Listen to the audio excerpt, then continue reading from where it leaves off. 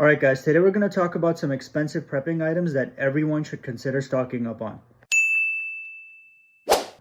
These are items that generally the average person would have to save up for. I'm affiliated with and sell all kinds of prepper food and gear, but these are items that less than 10% of my customers actually buy. It's not only the super rich celebrity people, like how we were talking about Mark Zuckerberg buying a bunker last time. There are people who we've never heard of that don't want to be known, who own the randomest businesses and make more money than we can imagine. Even just in my city, I have customers who will order thousands of dollars worth of freeze-dried food at one time and buy a bunch of body armor, and I found out their business is something like wholesale paper cups. Okay, so the first item is a solar generator. These are a really good long-term solution for power in case of an emergency. Gas generators are good, but once you run out of fuel, it's going to be really hard to find more after stuff hits the fan. These are usually a couple $1,000s, but if you can save up for it, it'll be worth more than gold in a collapse scenario. You basically have a renewable power source for all your devices. You can connect electric stoves, heaters, coffee makers, and other stuff like that. Also consider this, you'll be probably one of the only people in your whole neighborhood who has a power source like that. You might be able to set up some sort of service where people bring their devices to you and you charge it for them, and they give you some sort of service or barter item in return. Just remember that there's risk with that. It's such a valuable item that when people know you have it, they might try and take it from you. So I hope you guys have something to protect yourself and have a partner that's also armed. It's a big upfront investment, but a generator will make your life as close to normal as possible after the collapse. Freeze-dried food buckets. These are a quick food stockpile solution and they basically last forever. You can buy anywhere from a 3-day supply to even a 2-year supply all at once. Keep in mind that these are expensive and it's not something that's a must-have. My recommendation to everyone is just to buy rice, beans, pasta, canned food, and other stuff like that. Freeze-dried food is if you don't want to have to go through the process of going to the grocery store, buying food, bringing it home, packing it in Mylar bags, and then putting oxygen absorbers in, and then having to put it in 5-gallon buckets. Also, with canned food, you have to rotate them every couple of years and you have to keep track of the dates. With freeze-dried food, it's already pre-packaged, everything's done for you, it lasts 25 years, and you just need hot water to prepare the meals. So as you can tell, it has a lot to do with convenience, but it's not really necessary. The next item is a freeze dryer, so you can freeze dry your own food and make it last 25 to 30 years or more. Like I said before, freeze-dried food is expensive, but if you buy your own freeze dryer and freeze dry your own food, you're basically paying like 1/3 of the cost of store-bought freeze-dried meals.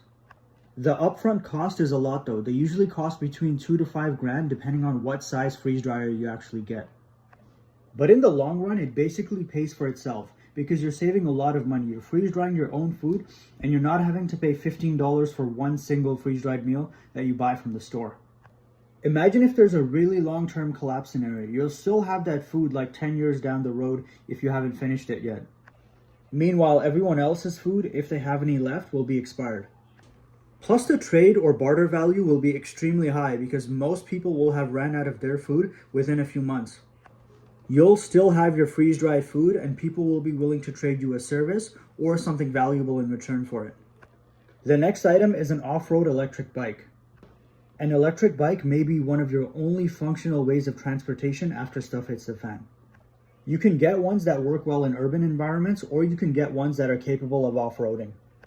I'm thinking you're better off getting an e-bike that's good for rugged environments, so you can go out in the woods and gather water and hunt and do whatever you need to do, and it'll also work in the city as well.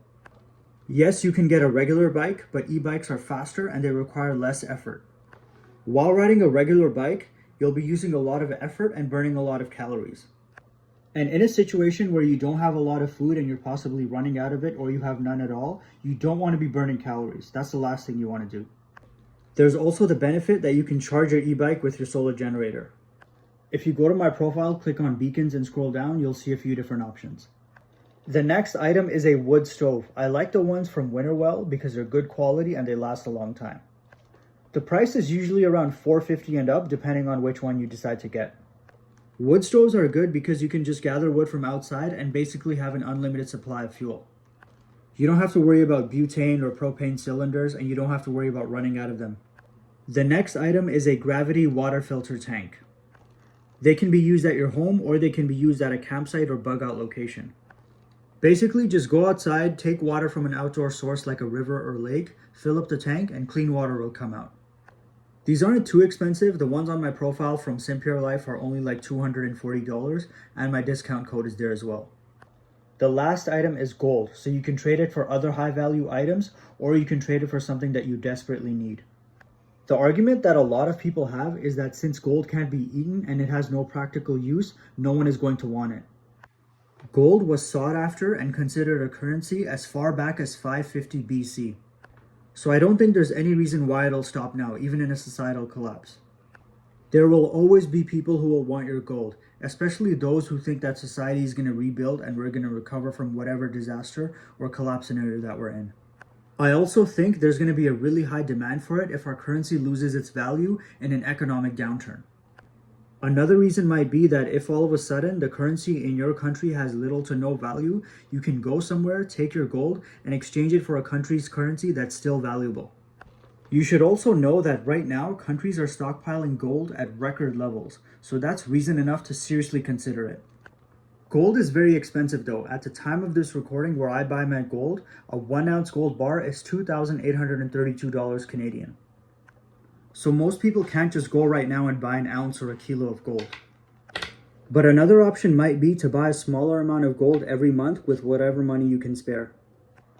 A 1 gram gold bar is about $113 Canadian. A 2.5 gram gold bar is about $265.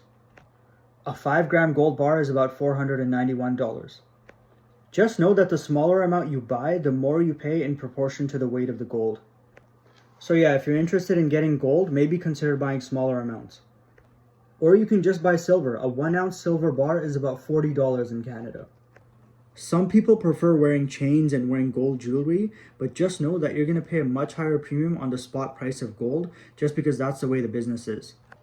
Alright guys, that's it for today's video. Make sure to like and follow, and if you have any questions for me, make sure to send me a direct message or an email.